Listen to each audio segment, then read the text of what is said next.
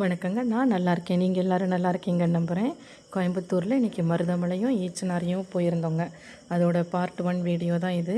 ஒன்றும் இல்லை, நம்ம கோயம்புத்தூர் எவ்வளோ மாறி இருக்குன்னு நான் ரொம்ப வியப்பாக பார்க்குறேன். இந்த வீடியோவில் எதையுமே எனக்கு கட் பண்ண மனசே வரல.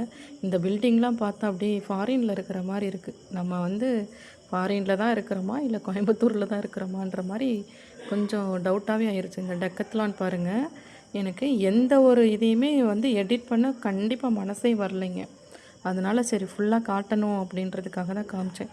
அதாவது எங்கே பார்த்தாலும் க்ரீனரியாக, எங்கே பார்த்தாலும் மரம் இருக்கும், நிறைய மரம் இருக்கும். நம்ம பழைய கோயம்புத்தூர் ஆளுங்க கிட்ட கேட்டு பாருங்கள் இந்த ரோடெல்லாம் எப்படி இருந்துச்சுன்னு. அவினாஷி ரோடெலாம் பார்த்தீங்கன்னு வச்சுக்கோங்களேன், ஒரு பஸ்ஸு போயிட்டு வரலாம், அவ்வளோதான் இடமே இருந்துச்சு. இன்றைக்கி பார்த்தா அவ்வளோ மாடரேட் ஆயிடுச்சு. பெங்களூர்லாம் இருக்கிற மாதிரி இருக்குது நம்ம கோயம்புத்தூர்.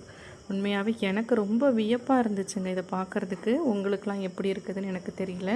ஏன்னா இந்த ஊர்லேயே வாழ்ந்து இதுக்கப்புறம் இன்னொரு ஊருக்கு போயிட்டு திரும்ப நம்ம ஊருக்கு வரும்போது எந்த வழியில் போயிட்டு எப்படி வரணுன்றதே எனக்கு தெரியல. நான்லாம் ஃபஸ்ட்டு வண்டியிலலாம் போயிட்டு இருக்கும்போது அப்படியே சரசரன்னு போயிட்டு உடனே ஒரு யூட்டர்னு, உடனே ஒரு சிக்னல் போட்டு அப்படியே திருப்பி எங்கேனாலும் போயிட்டு வந்துட்டுருந்தேன். இன்றைக்கெலாம் பார்த்தா எந்த வழியில் போகிறது எப்படி வர்றதுன்னு கூட எனக்கு தெரிலிங்க. அந்த அளவுக்கு இருக்குது. வண்டி எடுக்கிறதுக்கே எனக்கு பயமாக இருக்குது.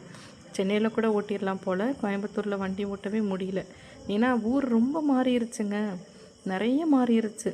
எனக்கு ஒவ்வொரு பிளேஸையும் பார்க்கும்போது இது லக்ஷ்மி மில்ஸில் லூலு மால் போட்டிருக்காங்க. எப்படி இருக்குது பாருங்கள் ஊரோட அடையாளமே மாறி போன மாதிரி எனக்கு ஃபீல் ஆகுது. ரொம்ப பழைய கோயம்புத்தூரை யாரெல்லாம் மிஸ் பண்ணுறீங்கன்னு சொல்லுங்கள். கமெண்ட் பண்ணுங்கள், சப்ஸ்கிரைப் பண்ணுங்கள், லைக் பண்ணுங்கள். தேங்க்யூ.